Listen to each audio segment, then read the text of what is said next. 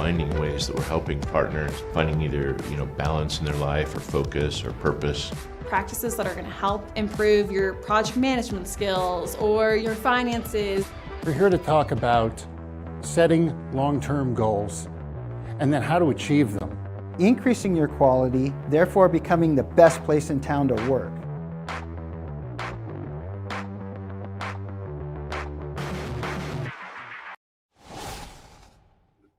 Welcome to Academy Live.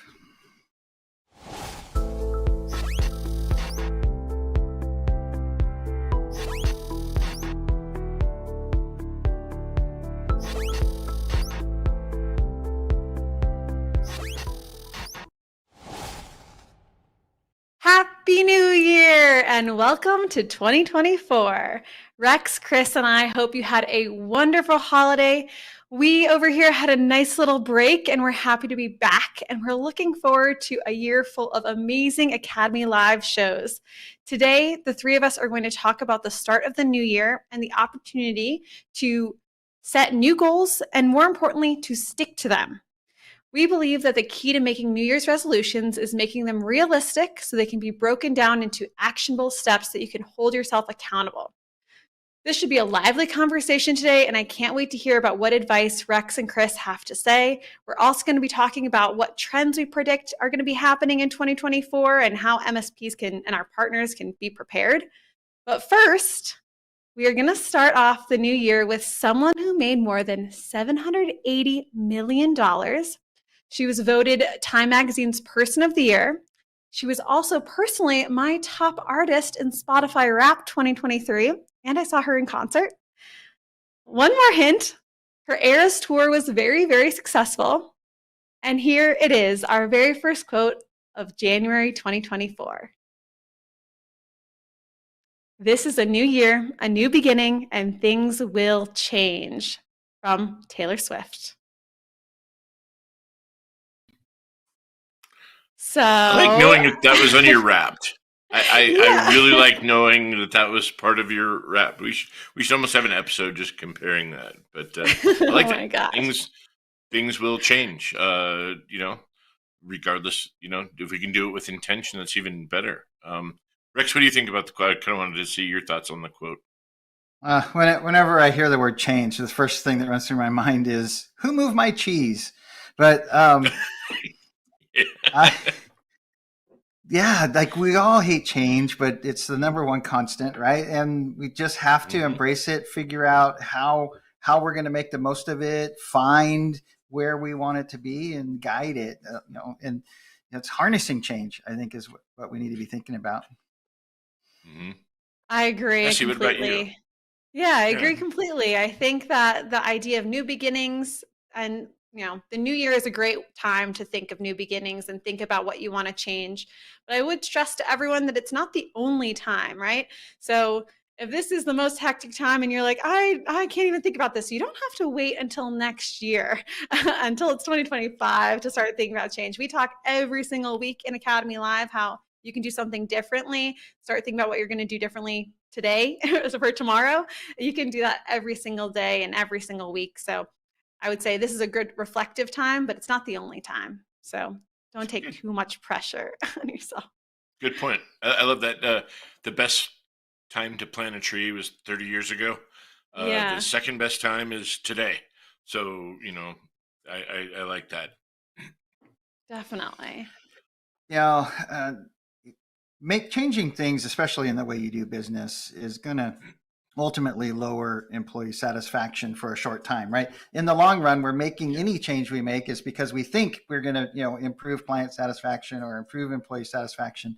But in the short term, it's going to lower it. So, I think it's a good time to, remind everyone that any operational change, there's 5 phases, right? Understand the best practice, document your way, then train your team, then implement the change, right? We don't go straight to number 4.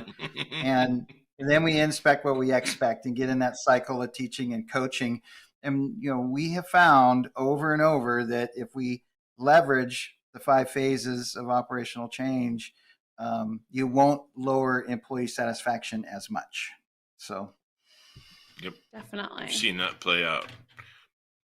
While we're thinking though, now it is the new year, it is 2024, it's the time of New Year's resolutions. We have 5 New Year's resolutions, 5 ideas that if you haven't decided on which ones you want to do yet, let's take a look at 5 ideas for work resolutions.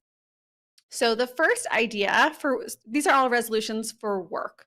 So the first idea is tidying up. So whether you work from an office desk or work from home office space, it's important to start 2024 by tidying up. The next idea is taking a lunch break every day, especially I know in the remote work, we can sometimes skip over that. The third one is go above and beyond. 4 is plan employee activities for your team. And the 5th idea is to be positive. Rex, what do you think of some of these ideas?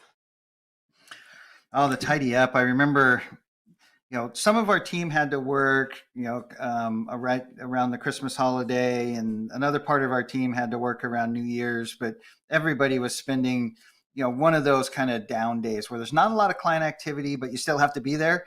And kind of tidying up the office was always the theme for the time you were at work on one of those days where there wasn't a lot going on.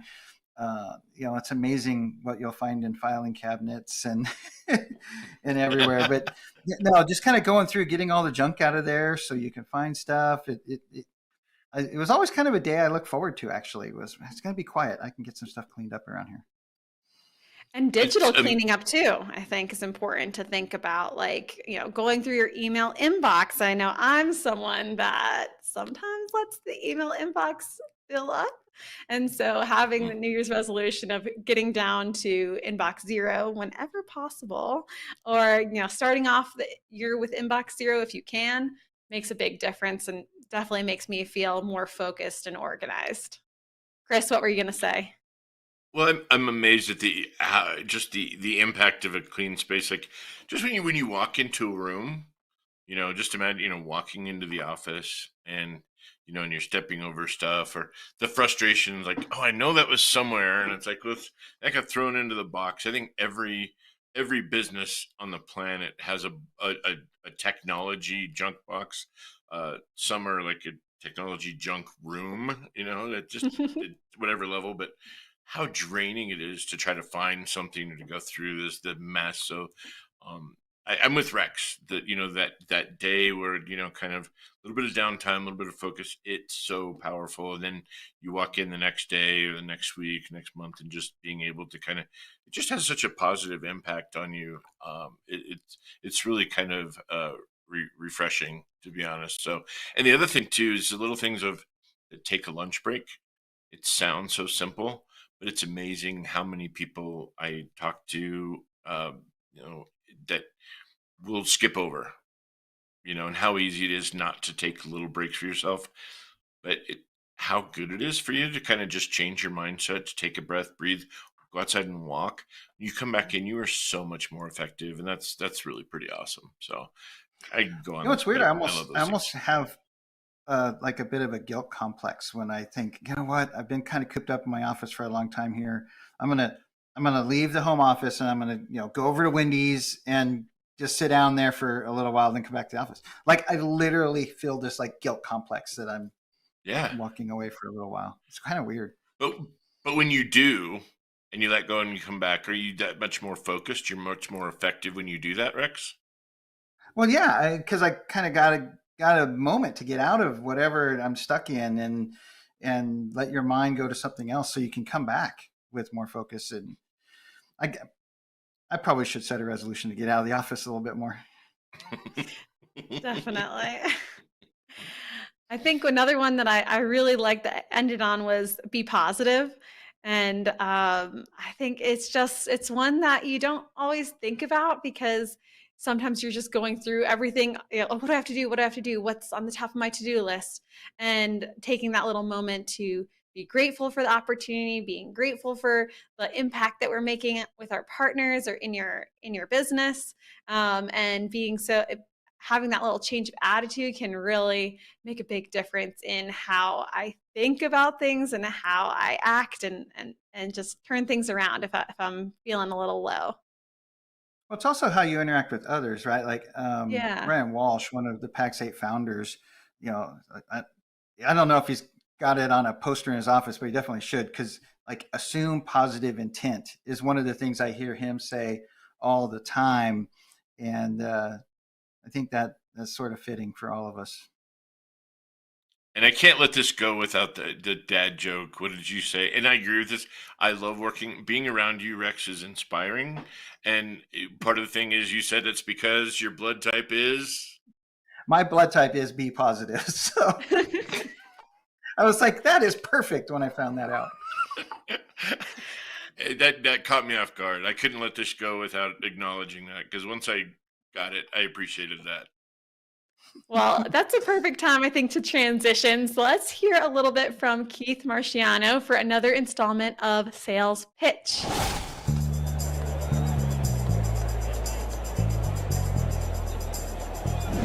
Play ball! Lollygaggers. Don't be a lollygagger. You lollygag focusing on sales. You lollygag going to networking groups. You lollygag with referral partners. How many clients have we closed this past month? None? How about this quarter? One? How did we even get one? It's a miracle. It's a miracle. If you're an owner of an IT services company, growth and finding new clients is a priority. It's always important to be doing that. If you're a salesperson, it's your job to find new clients. No matter how well you treat your clients, you're going to lose them. They're going to either, one, outgrow you and sell their company, or two, they may be a result of a bad economy, and you'll have that churn nonetheless. Then panic sets in, right? You're like, oh no, we just lost a few clients. What do we do? And you panic and you rush off to go find new clients, and there's nothing in the pipeline. So you have to focus and have consistent energy around finding new business. There's only a certain amount of selling hours in a day that a prospect's available, so you have to block out that time. So let's touch all the bases here. First, you have to have a positive sales mindset. You're not selling, you're solving problems.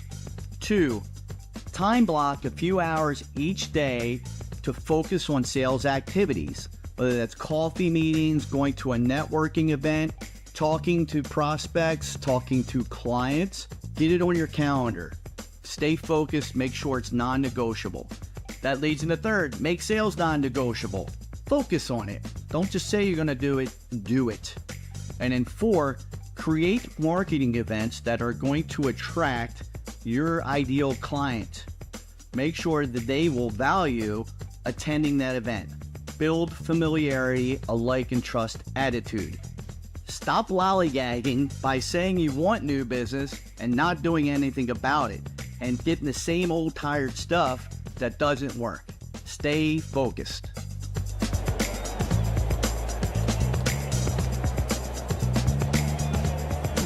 Play ball! Oh man, Keith, that was great stuff. I am looking forward to more and more from you on Sales Pitch. I do want to kind of highlight that the results selling framework, which is Pax8 Academy, bringing to the partner community more knowledge about solution selling and understanding the results of the solutions we're selling to our partners. You know, we're bringing this in the instructor-led courses. We're bringing it in the on-demand courses. We have sales-specific peer groups, the sales-specific one-on-one coaching. We're going to be bringing more and more of that this year, and just super excited to see that roll out. Chris, what'd you think? It's great stuff. And I love working with Keith. You know, it's fun working with people that are really passionate and have knowledge and experience in an area. And just it comes out in everything he does. And so having academies focus on that is just, it's easy to kind of get in and get behind. And I'm just excited about continuing to see that develop. And I know Bessie is too. Yep, I've been working with Keith one-on-one as we prepare for the Result Selling Framework Instructor-Led course, ILC. It's going to be launching in February. So only a month away. Very excited to have that be launching soon. And we'll be sharing more details this month as we get ready for that course to launch. Keith is also creating another instructor-led course that's starting in March. That's going to be on top prospecting tactics. And so there's lots of amazing content coming up, and I can't wait to share about it all with you. Looking forward to it. Let's get back into our Yeah. topic. We're talking today about, New Year's resolutions, good timing starting the year off, right? It really got me thinking about so many times what I've learned over the years and, you know, how many, I hate to admit, I like Rex. I try to adopt and embrace that be positive attitude and things. But I know there's plenty of times I've gotten down about resolutions and commitment and some of the things I've learned recently really kind of on understanding. I was reading the one thing again, and there's a whole thing in there about willpower is not a will call, and it's almost like a muscle, and we have to kind of be aware that just like our energy can wane, so can our willpower. And so, really understanding when are we our strongest, when are we our best, what are we focused on, is such, has such an impact on our ability to stay to our resolutions. And I think also being smart about our resolutions, being specific. Are our goals measurable? Are they attainable? Are they realistic? Are they relevant? And do we have the time we need to accomplish and have all the things around us to be successful? I've learned that there is so much I can do to help set myself and others up to be successful by being very clear and being smart about the resolutions, particularly being, realistic and understanding my strengths and weaknesses around that. I would kind of love to hear, Rex and Bessie both. Bessie, what are some of the things, over the years that you have learned when it comes this time of year about, starting off a new year? Yeah, I mean, I think it's important. I think it is like a great time to set those goals and to make sure that they're smart. You gave that acronym as you were talking. I think it is a good time to have an accountability buddy. So definitely don't keep those goals just to yourself. Talk to your manager about them, especially if they're a career goal, something that you're wanting to achieve this year. I know we talked about that last year when I was interested in in having a new title change and new responsibilities. We talked through what those career goals I had were and what I need to do to get there.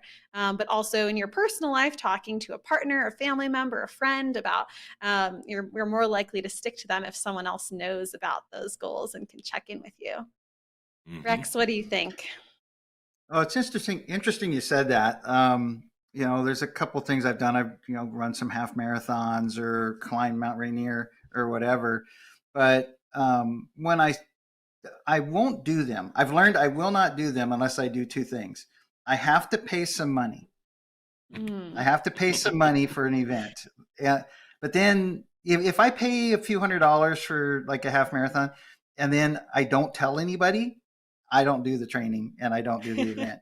But if I pay and I tell somebody I'm doing it, and I tell a lot of people I'm doing it, then I seem to get up in the mornings. I go do the runs, or I go, 4 o'clock in the morning and go do some hike someplace or whatever.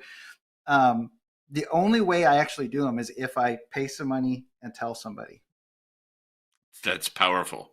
It's amazing the impact of that, and it really, I love the expression, sometimes it takes a village. And what do they say? If you want to go fast, go alone. If you want to go far, go as a group. I think we can accomplish more in those communities. Um, I want to get into, I'm kind of curious what kind of things we've done, but we've got some information from the Forbes Health One Poll survey, and they found some resolutions to be more common than others. And I want to kind of get the opinion of my co-host here. Most popular goals, including 48% just improved fitness. So Rex or And this Bessie, is have you for their ever? New Year's resolutions. Yep. He Mm-hmm. said kind of the one poll survey, these are the most common resolutions. So 48% was the highest, had some sort of improved fitness. And I know Yeah. January is like the roughest time to go to the gym and actually get on a machine. It's usually pretty easy for the rest of the year to find a machine. So that kind of tracks. Mm-hmm. Definitely. Bessie. I think, yeah, for me too, I think if it's even if it's just like increasing the number of group classes that I attend, something like that. Or, again, it's similar to Rex. Again, I'm someone that has to make the commitment. I'm not very good at just going to the gym on my own and setting a goal to go a few times. But if I say I'm going to go to a group fitness class that I have to pay for, and I'm going to go to additional one, moving forward, that helps me much more than, okay, my goal is to eat healthier or to like lose weight. It's not going to be as, it's not a smart goal, right? If you keep it that broad. So having a really specific saying, this is what I'm doing, and also this is why I'm doing it. Am I doing it to lose weight? Am I doing it to be healthier? Am I doing it to achieve a different fitness goal that I have? I think having that why in your head can be helpful with those type of goals too. It's speaking my language. I love it. I always say, start with why. Understand the Yeah, you purpose love of it. that. I do very, very much. The second one on the list is improved finances. So 38% have something around improving finances. Dropping down, the third one on the list is 36% have something around improving mental health. So I want to pause on that one and talk just a little bit about mental health, because I think a lot's come out recently just about, you know, being aware of mental health, where people at. Pax8, I remember sponsoring about a year and a half, 2 years ago, a mental health first aid session. I was fortunate enough to kind of participate in that and just learn about signs, symptoms, and awareness around our own mental health. I kind of want to, Bessie and Rex, ask you, what kind of things have you thought about or changing, or what have you seen people talk about in regards to bringing mental health issues to light and how to set goals or resolutions around that? I think one that is like people have started talking, being more open about too, is about going to therapy. So that's one I would say too. The other is kind of more general. We were talking about earlier about just even the importance of taking a break and having some just of that time to step away and notice when you're getting overwhelmed, notice when you are feeling really stressed out when it comes to work, having that good communication with your manager, with your team of, you know, I need help in certain areas that can really help reduce mental stress. I think those are a few things that I've seen and that I've tried to do more of, is to be aware of when I'm feeling really stressed or really overwhelmed, and how I can ask for help without feeling like I'm a burden or I'm, not the best employee I could be or something like that. Mm-hmm. Yeah, and I think too we got to think about how are we remaining open and approachable and observant to the mental health of those around us, right? Mm-hmm. This topic is making me think about some people that have taken the ultimate step, and you think about, well, what signs did I miss, and this and that. But for me, it's been a little while. We had an event at Pax8 a year or two ago, right? And then all of a sudden we had support groups and active groups where people are talking about mental health and how to help others and how to recognize that others need help. And you know what? It's been a while though, and some of that stuff falls out of our minds to think about that. And I think it's a good time to Mm-hmm. reset and look around at our friends and peers. And do I need to be open or make it to where somebody's willing to have a conversation with me? Or notice that maybe they need to have a conversation. And I think, starting with that awareness and kind of looking around and just kind of thinking about, health at a high level and driving down. I think, one of the things for me that I'm starting to recognize is, self-care, and I think Bessie and Rex, I know you both have kind of gone through the same things. I'm gonna power through this, or I'm gonna take this other thing on. What Rex had said, I think in a previous session about him making changes. It wasn't the client that changed. It wasn't this. He'd always kind of sacrifice his own time with family and his own things because of a self-imposed feeling of demand on the client. If I don't do this, they're going to leave, or they're going to be upset, or I'm obligated to do it. And sometimes I think we put self-care aside because of things. And a lot of times we find, like Rex did, a lot of that was self-imposed. That was, he's the one that changed. And I take that to heart. And I think about my own times of, multitasking kind of a mist, and really, instead of taking on and doing 5 more things, if I take a break, do none of them, but really focus on one thing, really, fully, with full intention and time and dedication, it's so much more effective. But that's me giving myself permission to walk away and go for a walk, or take a nap, lay down and rest, or read a book, or disconnect. That's not always easy when we've had so much of our time. Oh, I have to do this. And then this is next. This is piling up. So for me, that's kind of one of my thoughts on the mental health, is self-care, on what are things ultimately that's going to help me be more effective to get done what I want to do, instead of staying up an extra 4 hours and only being 30% effective. So enough about that. Let's keep going. This list is really kind of interesting. Looking at this forward, the next thing on the list, 34% have reported losing weight as a New Year's resolution. Talk about that one just for a minute. I love new things I'm learning as I get older, and taking advantage of certain benefits or healthcare. There's a lot out there. Some through insurance, some through just communities and things that are available around. How can we help with our nutrition and a diet? And Rex, have you done any with just your nutrition and diet? Has anything changed, or awareness, or do you know people that have kind of approached that? I'm on a cycle for sure. I was actually this morning, I was, thinking about weight, and, I I was about 30 pounds heavier a couple of years ago. I signed up for this mountain climb. I took keto seriously, and I lost 30 pounds, but I was doing a lot of physical training, right? And that was, a year ago. And now my weight's kind of trickled, just I was kind of looking at like this 2-year graph of this U shape where it went down and then went back up, right? And now I'm kind of like, the large shirts just don't look right anymore. I got to get back in the XLs, right? But that's been motivating for me. And so for the last 60 days or so, I've been serious again about eating a diet that allows me to lose weight, and I see this downward slope again, and I was thinking about this morning. It's like, man, I really find a lot of satisfaction in seeing that downward slope.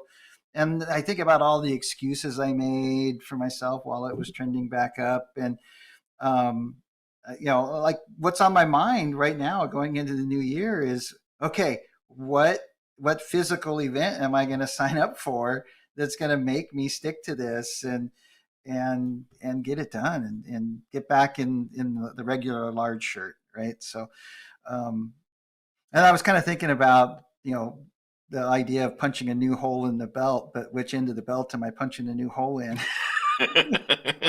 That's that specific part of the SMART goal, right? Make sure you identify which direction you're going. Well, I'm going to go through the rest of these because I'll come back, Bessie. I want to add a quick. So improved diet is 32%. And then from there, it's kind of a big jump down. And some of the less popular resolutions are traveling more. 6% report, a resolution around traveling more. Meditating regularly is 5%. And then 3% reported drinking less alcohol. And another one, 3% being performing better at work. So, Bessie, which of those last on that list resonates with you? I mean, I always want to travel more, even if I am someone that travels quite a bit compared to others. But I'm always thinking, where other places can I go and where can I explore and learn about new cultures and eat new food and all the amazing things that come with traveling. So I'd say that is definitely one that comes to the top of my list every year. It's something that I always want to do more of. So that stands out for me for sure. Okay. I would say too, maybe meditating has been on my list a few times. That one is one that usually drops off because it's really hard to quiet your mind like you're supposed to with meditating. Even with apps and things, I always struggle with that one. I Makes can tell you sense. meditating has never been on my list. So, I know people that can do it and quiet their mind. To me, it's a scary place. A quiet mind for me is a foreign concept, but I think there's a lot of value in achieving that and quieting the mind and meditating. I wanted to comment too that the diet. I love how going through some of the journeys I have and kind of looking at that. I like how things now are not about uh, just saying no, you can't eat this, or to, the whole diet mentality has really shifted a lot. And I love that, because I think that, um, the way that impacts our willpower and our drive, I think it's just so much smarter to say, okay, well, it's not that you can't have something, because anybody that's had teenagers or kids in general, what's the first thing if you say, don't do this? What's the thing they want to do most? Whatever you just said. And I know for me personally, if I've said I can't have something, my desire for that's just doubled, right? So I love the kind of the concepts of moderation. Say, okay, I can, but what can I substitute? And instead of taking something away, what can I add? Okay, I can have a little bit of something sweet, but could I add something healthy to the diet and what I'm doing to make it more effective? And I think that's powerful. Now, I want to switch gears and talk a little bit about business goals and how we kind of do some strategic planning. And Rex, I know you talked about how much more we can accomplish with focus and intent, which is what I think is one of the best benefits of a peer group is just providing focus and intent to the business. Do you have any examples of stories of goals that you've set in business or work that really help set the stage for your team to accomplish more than they thought, or to really push to higher levels of success? oh, I mean, right now, the one that I'm kind of pushing on the academy team is what we call our 4x4 challenge, right? We've got a lot of content in academy, Mhm. but it doesn't necessarily, um, live up to some of our promises, right? To meet every partner where they are, which is the 4 maturity levels, with what they want to learn. I think we're doing an okay job with, hitting vendor content and how to grow and mature your business content. But in the way they want to learn, right? Which is on demand, instructor led, peer, and coaching. But we've got, content that maybe only exists in one or two or some of them three of those. But I'm driving to have Academy, hit the 4x4. Which, by the way, you can order on the In-N-Out Burger menu. If you're not sure what that is, you should check it out. But I really want all any piece of content to be available on demand, instructor led, peer and coaching, and for our just starting out partners, our partners that maybe are just an owner and service manager, and all every process we talk about, we do it differently. From everybody reports to the owner service manager, owner and a leadership team, and then the multi-geography mergers and acquisitions kind of companies. Every the way we do all these different processes changes, and so that's a big challenge. And it's kind of scary to think about just how much content we need to create, but we're staying true to it, and we're carrying it into 2024. So I'm excited about that. Hmm. Good. And Bessie, what kind of things have you been involved with as far as strategic planning that have really helped you know, your role on a team to be more focused and successful? I mean, I think having a what I'm about to say. It's a like a business operating strategy. We use L10 meetings, EOS model. That's what I was thinking. Like a strategy operations design. I Hmm. think is really helpful, and I've learned a lot about that since joining Pax8, and how having that organization and strategy to your meetings, to your quarterly goals, to your yearly goals. We use OKRs as another framework at Pax8, your objectives and key results, to have that framework, I think those are really helpful tools when you're thinking about growing your business and staying organized and having everyone on the same page to meet those goals. Which makes me think a lot about like community, right? And I think that's one of my favorite things about kind of the academy and some of the things that we do with the instructor-led course and peer groups is just kind of building up and leaning into the power of cohort learning, which is something that's kind of new to me to actually put a framework around the last couple of years. I've always knew, I performed better when I was around others, when I was active in a community, when I had a peer group, when I had others to draw from and have some accountability with, support, perspective and resources, but understanding, and kind of that cohort learning. And so the community learning, I think it's eye-opening to me how powerful that is. Rex, question for you. I think the question I have for you is, what advice would you give a business owner or an MSP that is stuck? They get to the New Year's and like, I don't know, setting New Year's resolutions for my business. I'm afraid I'm, not going to succeed. I don't know what they are. What advice would you give somebody as far as setting goals? Well, I would first check out the Academy on-demand course on breaking through plateaus. If you're feeling stuck, that whole course is about what the plateau looks like and what it looks like to be on the other side of it, and how you change your key KPIs. And so check that course out if you're feeling stuck. But we really believe in the EOS or scaling up or StratOp or one of those methodologies. Really have your focus days where you're deciding what's our mission, vision, core values, and having you or your leadership team document that. And then have your annual 2-day where you get with your team or break away individually and decide, what are my 5-year, 3-year, 1-year, and then what do I have to do this quarter to make that annual objective happen? And then that annual objective is going to make that 3-year happen, right? And once you create that alignment, that if we do this now, that will happen, and then that will happen, and then that will happen, and then we hit that big BHAG, very big, hairy, audacious goal, right? Like, and knowing what those things are. And it's interesting. If I look at just the growth of my own company, C-level operations throughout the years, our revenue grew at a certain angle, and then I got some business partners, and I had a fiduciary responsibility to business partners, and then it grew at a whole new angle. And then we discovered EOS, and applied a EOS methodology, and our revenue grew at a whole new compound annual growth percentage, right? In StratOp, and it got even better.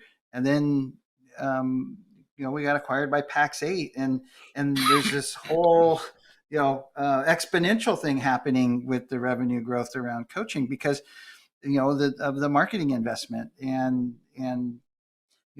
access to the Pax8 community. But it was all very, very intentional, right? Each of those changes in the compound annual growth rates were very intentional, and it was being committed to one of those methodologies that I think made a huge difference. I couldn't ask for a better segue or transition. So I think now is a great time for us to switch gears and hear from our very own Ron Lisetsky about scaling your business.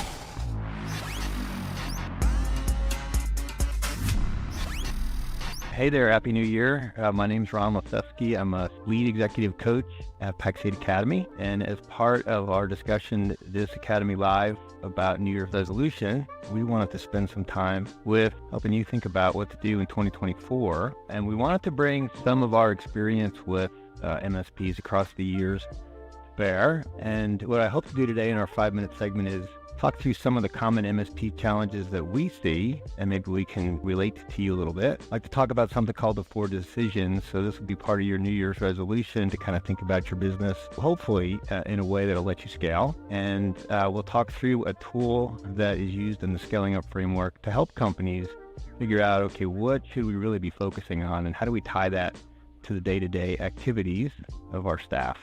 And then we'll wrap up at the end. So we've been, as part of C-Level a couple years ago, and as part of Pax8 today, we as coaches have spent a ton of time trying to help MSPs get where they want to go, right? So part of that is creating an asset for the owners. Part of it's creating a great service for their clients. Part of it's creating a great place to work for your employees.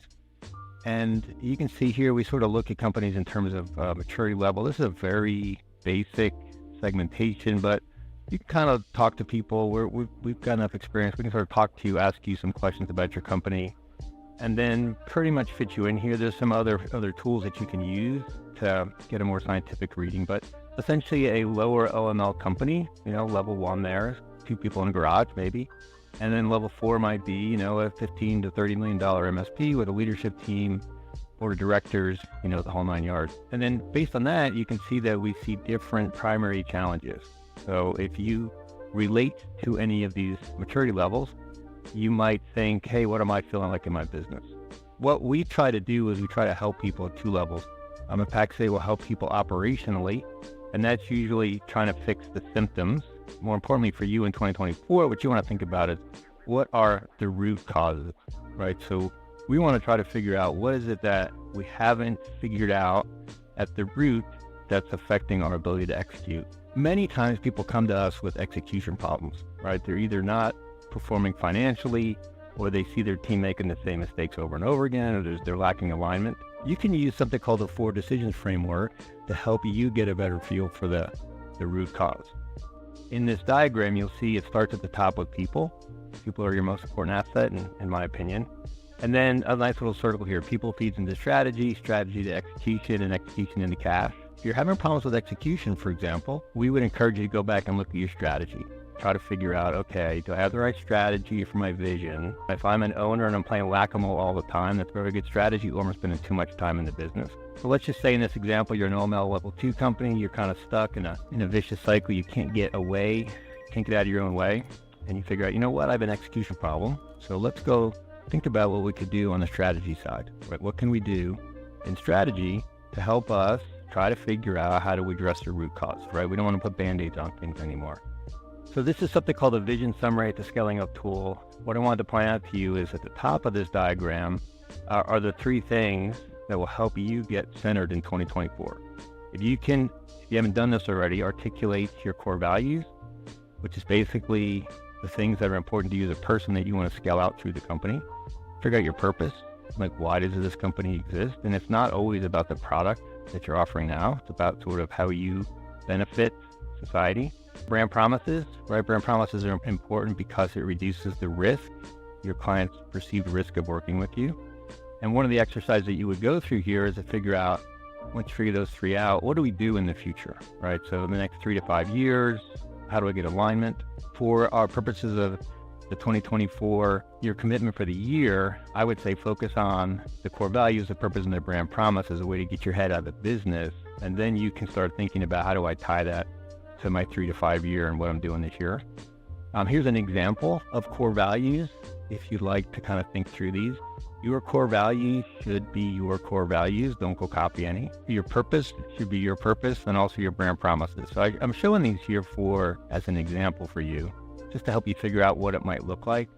But when you go through this, it's really important to figure out what is it that resonates for us. So in this particular example, this is for the scaling up group, but you can see that they're pretty specific about what drives their company. This is not a simple exercise. This takes a couple hours, but you'll find it gets you out of playing whack-a-mole. You'll find it gets you out of being reactive.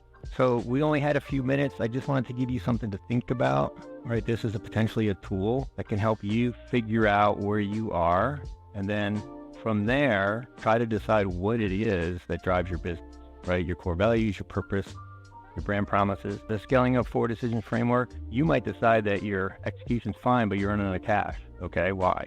right? Or you might decide you have the wrong people. So the vision summary is a really good starting point for that. I hope that some of this is useful for you. I hope it gives you a chance to get out of your business and work on your business.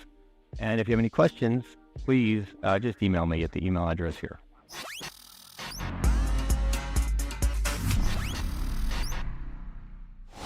Wow, that was so great, Ron. Thank you so much for sharing your wisdom and for being on Academy Live with us. I think we all learned a lot.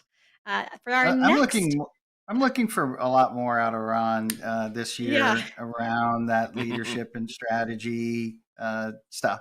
Kind of concept. So Ron's really wanting to double down on that concept. So we're going to use him as much as possible.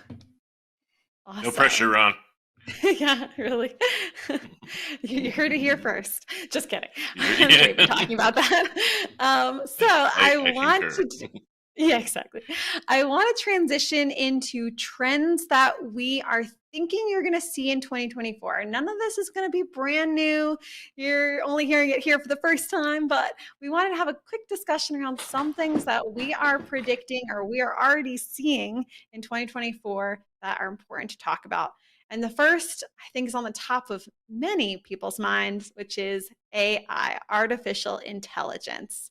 Now, this is a new technology. We are learning more about it every day. I think with the OpenAI and that ChatGPT kind of grew last year into the mainframe, and to everyone's kind of awareness. Still something new to me. It's something I've hardly ever kind of played around with, but it's definitely something that is going to make a huge impact on the MSP space. And MSPs are using it all the time. It's something that we as Academy have talked a lot about, how we're learning more about it, and we want to become a leader in the space and understanding how it works and how partners can use it for their success in their business. So, starting out with you, Chris, what have you been thinking about with AI? Have the peer group members been talking about it? What are you hearing about AI? I think the phrase, we don't know, we don't know. I think it's kind of like taking an iPhone and going back 100 years and approaching somebody on the street and saying, here, use this. And it's like there's just so much that we don't know about the impact and the ramifications. I think there's so much good that can be done, but I think that the challenge I see us having is really knowing where to build the bridges. What does it really look like? What are the real impacts? What are our partners and users being impacted by? Where can we provide, focused training, education, enablement? Where can we provide guidance on policy? You know, Building a strategic AI plan, I think, is really kind of a starting focus we're kind of having. But it's just, to me, it feels there's a lot of confusion. It's like calling cloud or security. We need to define it. And I think that's kind of part of it too, is kind of defining what do we mean when we say AI, and what are the tools and this large language model and et cetera, et cetera. So I think the challenge is really defining it and identifying what bridges to build to help our partners. Rex, we've had some interesting conversations. I'd love to have you share your perspective. Yeah, I think first, AI is coming at us. There's organizations that are doing things like looking at the content in the tickets and trying to categorize them, right? Like about the category and subcategory, or type, subtype, and item, which allows us to do a lot of interesting things with the data around tickets, and leveraging the artificial intelligence to do that for us. I'm really excited to see that kind of stuff coming out. I've seen a lot of stuff around, chat bots, like, hey, can we have the AI have a conversation with our end customers, before it gets handed over, maybe even solve the problem, but before it gets handed over to a tech. But I got to tell you, at the end of last year, we've got an AI team within Pax8 that's trying to figure out how we're going to leverage this stuff across, our partner community. but and they gave a demonstration of just the AI stuff that's being built into Copilot with in across all the different Microsoft products, and uh, it was weird for me. I'm in my mid 50s, and I was having this sitting in this presentation, like how AI is being used in Word documents and Excel files, and taking a Word document and creating a PowerPoint document, and automatically sourcing images for that PowerPoint document.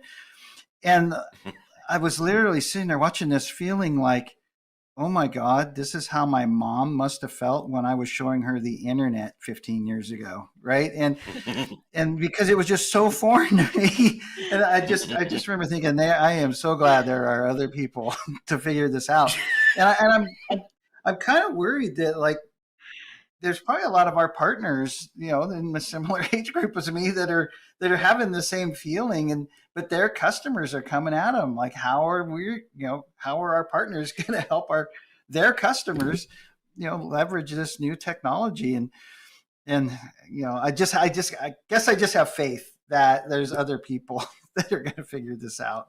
So real quick, that's where the be positive love type. I have an optimistic hope that this will primarily be used for good. Yeah, no, Yeah, aliens are not.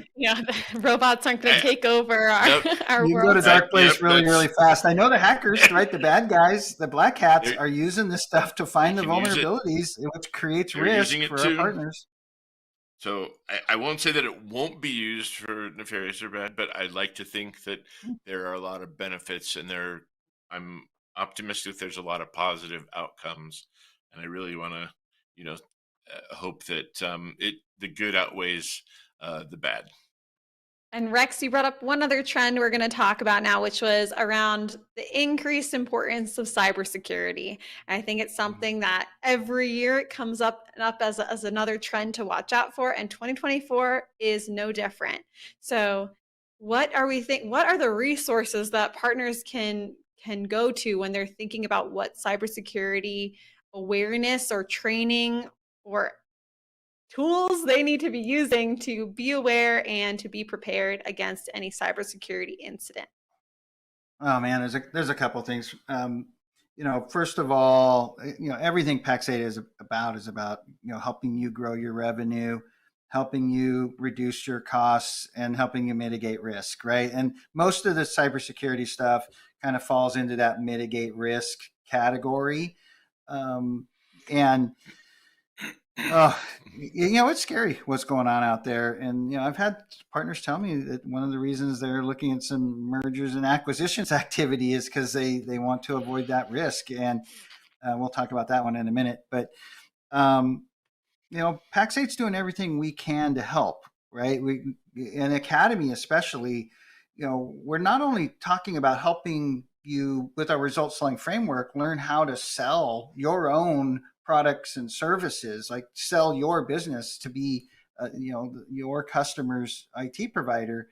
But along with that, we're trying to bring that, how do you have that cybersecurity conversation with your customers? Because the customers, they just feel like, oh, wait, why are you selling me security? Aren't you already doing that as part of my flat fee, right? And you have to navigate that part of the conversation, and realize that threat landscape is changing every day. AI is bringing some whole new threats that is going to bring a whole new set of defense in depth, right? There's going to be a whole new piece in your defense in depth strategy. And Pax8's trying to actively find the vendors that bring, that help you mitigate the risk for your end customers. So we're going to keep bringing those resources, and we're going to keep building instructor-led courses, and the CMMC alignment stuff that we're doing along with Edwards Performance Solutions. All of that stuff is coming together, and we're the security hub within Academy, right? Like we're trying to bring all this information and content into that security hub, so you've got one place to go to help mitigate that risk. Kind of rambling a little bit. Chris, what do you think? Communities, building your relationships now. I remember advice of getting to know, in your incident planning and your response, what resources do you have? Establish those relationships now. reach out and know who the players are in your community, in your area, what resources available. And so I think getting involved in a community that's security minded to help kind of, sharpen skills, identify gaps, compare notes, and learn. We know, we talked about the bad guys are playing as a team. They're sharing information and sharing methods and ways, and we kind of, I think, need to do the same, and we're stronger together. Definitely. And I want to give a shout out to another amazing Pax8 Studios show called The Game. It's run by Matt Lee and Dom Kirby. If you have not checked it out, it's a great one. And one of the reasons I think they're so great is that they always start their show with something in the news. What's going on? What are the current events? And that really can help you be aware of what are these ever-changing landscape that we're in with cybersecurity. Being aware of that, that could be one option for you to stay on top of the news. The other is setting up alerts, following different MSP news publications around different alerts, just being aware, subscribing to newsletters from your vendors around cybersecurity. There's a lot of different options out there for you to stay on top of what's going on. We had one last trend that we're going to briefly talk about, because I know we're getting close to the end of our hour here probably, is around mergers and acquisitions, and something in the MSP space around there's ever growing. There's a lot of opportunity for new MSPs that are starting up, but also MSPs that are growing much bigger, maybe acquiring other ones. Rex, can you talk a little bit about what's happening with this trend around mergers and acquisitions? The private equity money in the market is fueling mergers and acquisitions activity. If you think about it, IBM shipped the PC in 1982, and throughout the 80s and early 90s, a lot of people got into the industry and started their businesses, and their age is kind of saying it's time to move on. So there's a lot of activity going on. One thing that I found is true is almost every person that I talk to that's going through, the sell side, is they say, I wish I started 3 years ago. That's like, they say that almost every time. I wish I started 3 years ago. And that's really why, within Academy, we created the value creation coaching, because it's a plan. It's a 3-year plan to understand, what's my valuation look like right now? What do I want my valuation to be? Well, there's usually a big difference in what that company looks like. And let's have accountability, and let's go to work. What do we need to work on to make your current business look like that business 2 or 3 years from now, so we can get that valuation you're looking for? And the partners we have that are part of that program are kicking butt. And, we can see it in their growth numbers, and that's pretty awesome. Awesome. Well, I think we're going to move on to final thoughts, but I think this trends conversation was really interesting, and I'm glad we had it. So let's go to final thoughts.